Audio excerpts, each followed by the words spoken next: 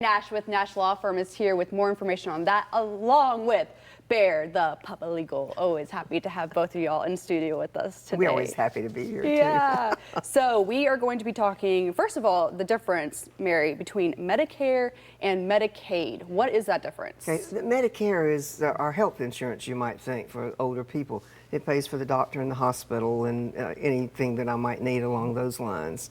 Medicaid is what the state pays if you're in a nursing home. So what can someone keep if they are going into a nursing home? Very little. If you're a single person, you can have $2,000. You can keep your home, a car, and have a prepaid burial, and $40 of your income a month. And that's it. Will DHS take their house? They lien the house and can be repaid for anything that they pay. What Medicaid pays is what's called a recovery benefit. If the state pays for you, the state is entitled to get that money back from your estate if there's anything left. Okay, so then how would someone protect what they have if they do go into a nursing home? Well, a lot of people do what's called a Medicaid pre-planning trust, and so they place everything in it, and that has to be in there 5 years. There's a 5-year look back. In other words, if I gave my beautiful daughter some money and I went to the nursing home within 5 years, the state's going to imply that I did that so that I'd make myself eligible for Medicaid.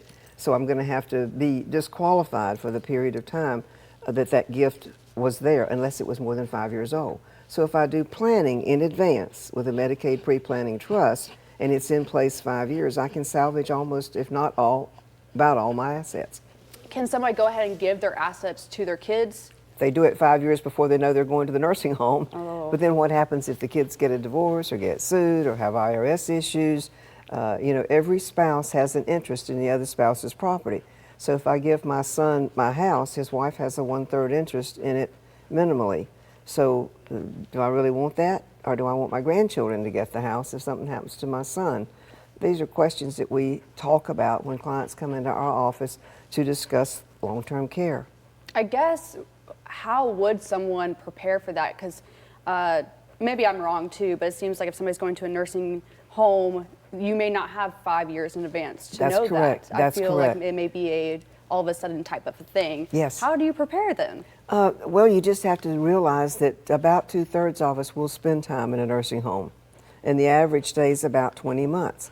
So when you're thinking about that, look around, 3 people, 2 of us are probably going to spend some time in a nursing home. Some of us are going to spend time healing from some sort of a medical event, and Medicare will pay for 20 days of rehab. But at the end of that 20 days, if I'm not getting better, I'm not going to qualify for any more days for Medicare. So that's when I start paying myself, to the nursing home. That's about $8,000 a month, kind of on average here in Arkansas. Or I'm going to go on Medicaid. And then I have to qualify for Medicaid, which means I have to spend down my assets until I reach that minimal amount, $2,000 house. Now, if I'm married, my spouse can keep 1/2 of our liquid assets up to about $135,000. But it's a graduated scale that allows that to happen. Oh, so much to think about here. You brought along 2 books that you have written. What are each of these books about? This one's just about the law, about estate planning, not just for a nursing home event, but estate planning for, this is how I want to leave it to my kids. Bear and I say, if you have $1 and 2 relatives, you need to do some estate planning. That's right. Well, this is just about the law.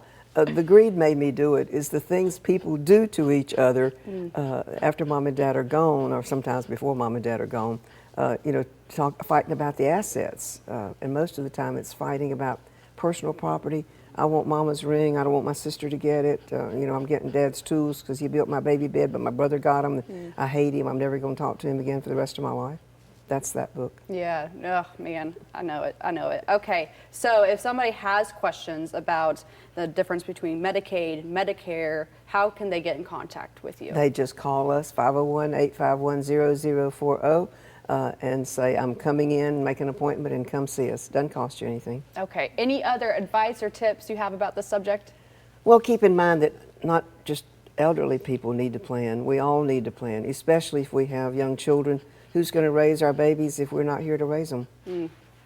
Mary, thank you so much for coming in. It's always, it helps us look into the future a little bit and get our things in order. So thank you so much for joining Thank you us for having along us. with Bear. Oh, yes. All right, well, after the break, we talked to the ladies at Bell & Blush about some amazing hair products and a face mask that they have available, as well as a special gift with a purchase. Stay with us.